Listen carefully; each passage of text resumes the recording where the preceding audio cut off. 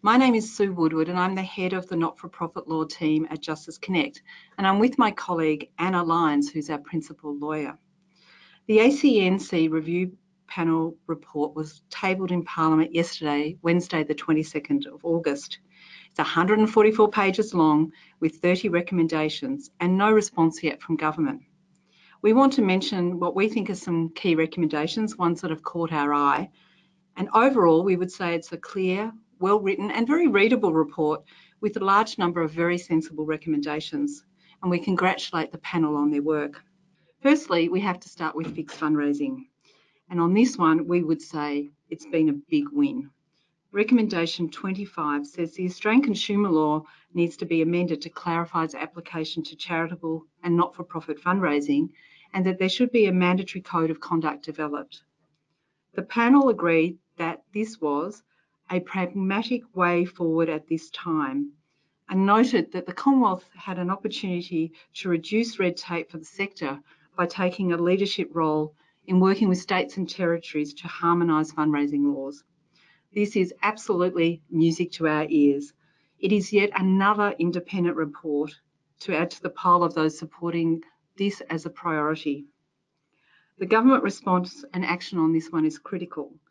The ACNC Commissioner has already stated he welcomes it and calls for the Commonwealth-led reform of fundraising regulation, and all ministers will be meeting on the 31st of August, so such an opportunity here. Thanks, Sue.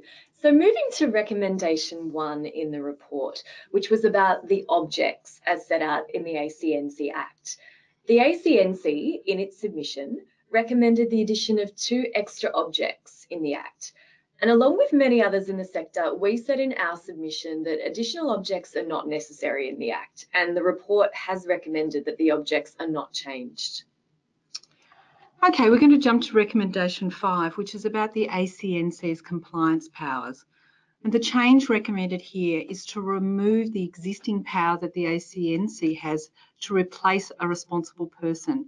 So that could be the power to remove the CEO or the board chair. Now, this has been a contentious power and the report covers the concerns. One reason for the recommendation is that they want to help overcome arguments by some that the current power the ACNC has infringes the right to the free exercise of religion under the Constitution, because the ACNC could replace the spiritual leader of a religious entity. Also, that other comparable regulators don't have the same power. Then we go to recommendation 10, and this is an important one that will affect all charities, and it's about the governance standards. It provides that charities will be presumed to comply with the ACNC governance standards if they have already complied with other comparable governance requirements. So this could be quite clear if you're an incorporated association, you can look at an act, but it could also, the report notes, include denominational governance requirements. It's self-assessed and it will be signed off in the annual information statement. Anna. So the report does have a fantastic discussion of the role of directors and board members' duties and the governance arrangements, and it does propose some tweaks to the governance standards, including the removal of governance standard 3, which concerns the compliance of charities with Australian laws. But what we wanted to focus on was recommendation 11, which will be relevant to any people from charities who are companies limited by guarantee. And the report recommends that the directors' duties in the Corporations Act, which had been turned off for directors of charitable companies, are turned back on. This should really help to clear up the uncertainty about what duties have applied to directors and will apply in an ongoing way to directors and officers of charitable companies. So hang with us here. This is recommendation 12, and again it will affect every charity because it's about the reporting tiers and that they're going to change. So it's about raising the thresholds. So a small charity will now be defined as one that has an annual revenue of under $1 million rather than the current standard, which is 250,000. Medium will become 1 million to 5 million, and large will be over 5 million. And there is a suggestion that this continue to be reviewed on a rolling 3-year basis. We think this package, this recommendation here is a really sensible one and would support it. Recommendation 13 deals with the reporting requirements for small charities and what they need to lodge. So they're suggesting that it would be that they could lodge a simplified balance sheet or a document called a statement of resources. Now, this is a concept. This statement of resources is not something your auditors will ring a bell with them. It's not something mentioned in the current AASB standards. It's clearly been introduced to find a mechanism for ensuring religious groups won't need to value assets like, historic church buildings.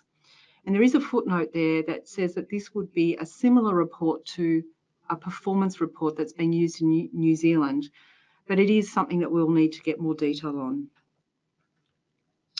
Recommendation 15, this one could be important if you're in that large category of charity. The panel endorsed reporting on board and senior executive remuneration for charities with remuneration of $5 million or more. It's likely that this information would be gathered in the annual information statement and reported on an aggregated basis in bands rather than identifying each individual board member or executive. But it's something you might want to let your CEO and board know about if you're in that bigger category. Anna. The next one we wanted to talk about is of particular interest to anyone who's keen to know more about the enforcement activities of the ACNC and their ability to investigate individual charities. The report has recommended some amendments to the provisions of the ACNC Act that are known as the Secrecy provision. The panel reported that these provisions are currently overly restrictive and should be amended to allow the Commissioner to disclose information about their enforcement activities and investigations in a wider range of circumstances.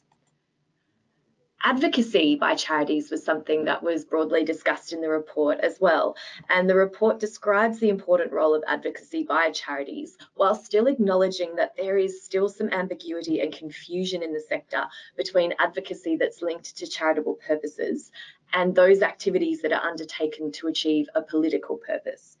The panel recommended resourcing the ACNC to enable the Commissioner to enforce and to develop the law where charities engage in disqualifying purposes, and also recommended that test case funding is made available to help to develop the law in matters of public interest.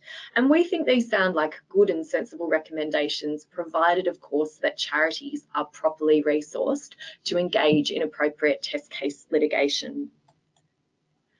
A further interesting point is around the possible migration of some large not-for-profits to the ACNC's register.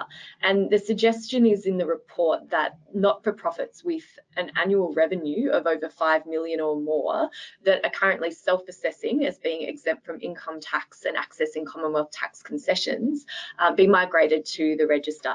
And this could result, the report tells us, in another 580 or so large entities being required to register with the ACNC. Sue. We want to cover off the basic religious charity exemption, and it's a little bit complicated, so hang with me here. Overall, there's no recommendation to remove the existing exemption. Remember that basic religious charities don't have to file any financial information or comply with the governance standards. But they have recommended a review of the exemption from financial reporting if two other recommendations are implemented. And these are recommendations we've already covered off, but I'll just repeat again. Recommendation 12, which creates that higher tier for reporting, so smalls become under 1 million. And recommendation 13, that small charities can file that simplified balance sheet or statement of resources. If there are other recommendations adopted, then the entire basic religious charity exemption, so from both financial reporting and governance standards, could be reviewed. And the other two that need to come into play here are the recommendation 5 about that the ACNC can't replace a responsible person, so in this context, the spiritual head of a religious charity, and recommendation 10 that all charities can self-assess against comparable governance standards. So again, in the basic religious charity context, this might be against denominational governance requirements. So it is important to note, though, that the panel say that if the 4 recommendations aren't included, progressed, then the basic religious charity exemption, in their view, should be maintained, so the status quo, and we would be very much opposed to that. Overall, though, when you look at the package of reforms that include the basic religious charity exemption, we think it could be a good approach. It takes them into the category so that it's a similar playing field for all small charities. We do think, though, that there's some detail to watch. For example, who decides what's a comparable governance standard? As I mentioned before, that's easy enough if you've got the incorporated associations legislation, but where does it exist and who decides for every denomination and who decides on an ongoing basis? And how workable will this approach be? Lastly, there is some very good news on the charity passport. Recommendation 26 says that the Charity Passport is mandated for all government departments.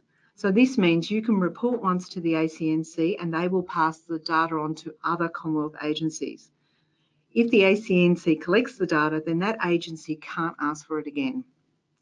And we think this is great news, and it has already been welcomed by the ACNC Commissioner. So that's a wrap from us. We could well be back in 5 years, because another one of the recommendations is that another 5-year review occur. And in the meantime, please look at our website. We'll keep you up to date, and please sign up if you're not already on our mailing list for our not-for-profit updates. Thanks, Anna. Thanks, Sue.